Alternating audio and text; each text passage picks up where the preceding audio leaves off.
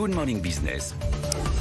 Il est 7h20, nous allons parler fringues. Allez, quelques instants, mesdames et messieurs, c'est Sébastien Bismuth qui est avec nous, le président associé de l'enseigne de vêtements Jennifer. Bonjour monsieur Bismuth, bonjour, merci d'être avec nous par vidéo ce matin. Alors je dis Jennifer, c'est Don't Call Me Jennifer, vous êtes rebaptisé, je crois que vous me confirmez, il y a 2 ans, c'est ça monsieur Bismuth hein?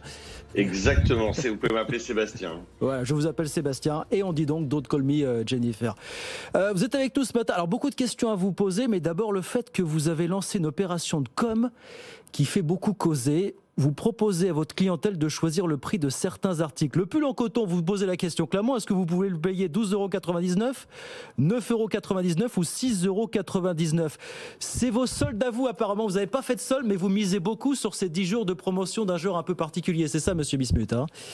C'est exactement ça. Ouais. En réalité, on a décidé de quasiment arrêter les soldes parce que c'est une période où elle se déroule en fin de saison, où les gens en général se sont équipés et on pousse à la consommation dans une période où il n'y a pas un réel besoin, en tout cas selon notre point de vue. Ouais. Et c'est un besoin pour notre business model. C'est-à-dire notre business model a besoin d'écouler ses fins de stock. Ouais. Donc aujourd'hui, on essaie de produire plus court, plus rapide, à court terme quand on le peut, et de réduire nos stocks et de ne pas être dans cette grande braderie de fin de saison où on pousse la consommation au maximum dans un moment où c'est pas essentiel pour les gens mais essentiel pour nous. Et on s'est dit qu'on allait reporter cette période de promotion sur un moment essentiel pour nos clientes, qui est la rentrée des classes. Il faut savoir qu'au moment du versement de la prime de frais de scolarité, qui touche quand même 3 millions de familles, c'était le 17 août, il y a un moment de consommation extrêmement fort qui se déroule et on est la deuxième enseigne la plus consommée dans cette période. Et donc on a décidé de faire une promotion au détriment de notre marge, mais de faire une action vers le pouvoir d'achat et en même temps, bien évidemment, recruter et fidéliser nos clients. Et d'une façon, alors justement un peu particulière, hein, choisissez le prix. Bon, on a la faiblesse de penser que dans une proportion assez écrasante de situations, on choisit le prix le plus bas. C'est quelque chose que vous n'avez pas inventé, ça s'appelle le pay what you want. Et statistiquement, ça montre que, bah oui, quand même, ça permet effectivement de fidéliser une clientèle et puis de récupérer des datas. C'est ça l'objectif de cette initiative, le pay what you want finalement, hein, Sébastien. Alors... Oui, alors allez-y, pardon. Non, allez-y, je vous laisse nous expliquer ça, nous détailler ça. Ouais. Non, mais honnêtement, il n'y a pas de volonté de récupérer de la data. En tout cas, nous, c'est pas notre façon de travailler. Aujourd'hui, on essaye d'offrir des produits différenciants, d'offrir un positionnement et une affinité avec une communauté. Donc, c'est pas le sujet de la data. Le sujet, c'est de faire une opération ludique et en se disant finalement... que chacun puisse s'adapter et proposer différents prix. Mais bien évidemment, c'est une promotion au final, et bien évidemment, à une écrasante majorité, le prix le plus bas est choisi. Mais effectivement, c'est une façon ludique d'animer nos points de vente et de faire que le retail soit un moment un peu amusant et de montrer par ce genre d'opération que le trafic est là et que le retail est très loin d'être mort. Vous comptez, je crois, 200 boutiques en France. Vous me confirmez qu'on est dans ces eaux-là, un peu plus aujourd'hui. 270, oui. Ouais, en pleine restructuration. Comment est-ce que vous avez vécu la crise finalement? Comment est-ce que vous abordez cette reprise? Enfin, touchons du bois pour qu'elle se matérialise finalement chez Jennifer. Bon, la crise, on l'a mal vécue comme tout le monde. Hein. Au premier confinement, j'ai cru que je ne retrouverais pas mon bureau ni mes collaborateurs et que nos magasins ne réouvriraient pas, hein, parce que ça a été vraiment terrible, que ce soit évidemment financièrement et moralement pour tout le monde. Bon, on a eu la chance d'obtenir un PGE assez conséquent. Donc maintenant, nous sommes une entreprise qui n'avait pas de dette, qui est désormais endettée. Donc on va devoir assumer cette dette et ça, c'est le prix pour nous du Covid. Et ensuite, évidemment, il y a le sujet des aides. On a eu en dehors du chômage partiel, nous n'avons pas eu d'aide spécifique sur le premier confinement.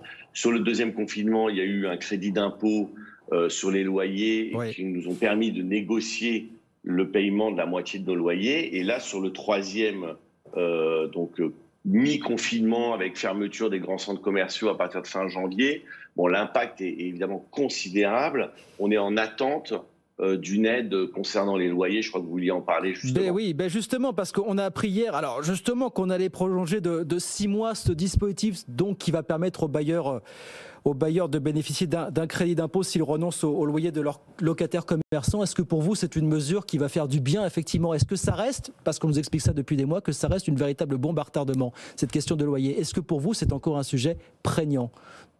Alors pour nous, c'est un sujet majeur, hein, puisque aujourd'hui, les loyers sur les mois de fermeture, nous ne les avons toujours pas payés, parce que c'est extrêmement difficile de payer des loyers à un moment où vous avez généré aucun chiffre d'affaires dans une entreprise qui a maintenant une dette à assumer, qui a des stocks d'invendus des saisons d'avant, etc. Donc effectivement, on n'est pas capable de payer 100% de ses loyers. Donc on est en attente, en dehors de ce crédit d'impôt, d'une aide beaucoup plus forte sur les loyers sur ce troisième confinement, qui sera essentiel pour nous. Le gouvernement, et il faut le reconnaître, travaille d'arrache-pied sur ce sujet, a proposé un projet et on attend la validation de la communauté européenne. Mais il est essentiel pour nous, en tout cas pour rester compétitifs et continuer à nous développer, continuer à investir en France où, au final, tout notre écosystème de dépenses et toutes nos équipes et nos collaborateurs sont en France. C'est un sujet essentiel et en tout cas, il est sur la table et il a l'air d'avancer plutôt bien, mais on est en attente de la réponse de la communauté européenne. Sachant que le loyer, ça représente, vous me confirmez quoi, 20-25% parfois du chiffre d'affaires d'un magasin aujourd'hui. Ça dépend aussi des relations, l'état des relations avec ses... Un peu plus, vous me dites, peut-être? Non, j'ai dit ça représente beaucoup trop. Beaucoup trop, évidemment, et malheureusement, vu les circonstances. Ça dépend aussi des relations avec les bailleurs. Comment ça se passe, vous, avec les bailleurs, avec les fonciers notamment, avec lesquels vous bossez à ce niveau-là? Est-ce que les rapports sont bons, un peu tendus? Comment ça se passe? Non, ils ont été extrêmement mauvais et dégradés lors du premier confinement parce qu'on a été très choqués, en tout cas via la fédération dont je fais partie, qui est l'Alliance du commerce. On a été très choqués par leur réaction, leur agressivité en disant, écoutez, on ne fera pas de remise, faut payer les loyers. Ils ont fait un lobbying très fort vis-à-vis de l'État, etc. On a été vraiment choqués puisqu'on est leurs clients depuis maintenant 20 ans, 30 ans. Quelques exceptions incroyables nous ont fait... en sortant du mouvement général, nous ont dit vous ne payerez pas de loyer. Hein. Il y a eu quelques dons, comme la compagnie de Falsbourg, par exemple, via Philippe Journeau. Et donc ça, on a beaucoup apprécié. Mais ça a été extrêmement tendu, violent, dans un moment où on ne savait pas si on allait s'en sortir. On n'a pas compris la réaction à ce moment-là de la CNCC, qui est la Fédération des bailleurs. Et depuis, il faut reconnaître que les relations se sont apaisées. Je pense qu'il y a eu une surréaction, que la discussion, le dialogue a repris et qu'on est arrivé à trouver des accords à l'amiable. Alors, évidemment, on a quand même payé une partie des loyers. Hein. C'est aussi ça, de trouver un accord, c'est de faire un pas vers l'autre. Et maintenant, on n'a plus que ce troisième confinement à régler, en espérant que c'est le dernier, évidemment. Et je suis sûr qu'on va arriver à un accord. Donc voilà, les choses se stabilisent.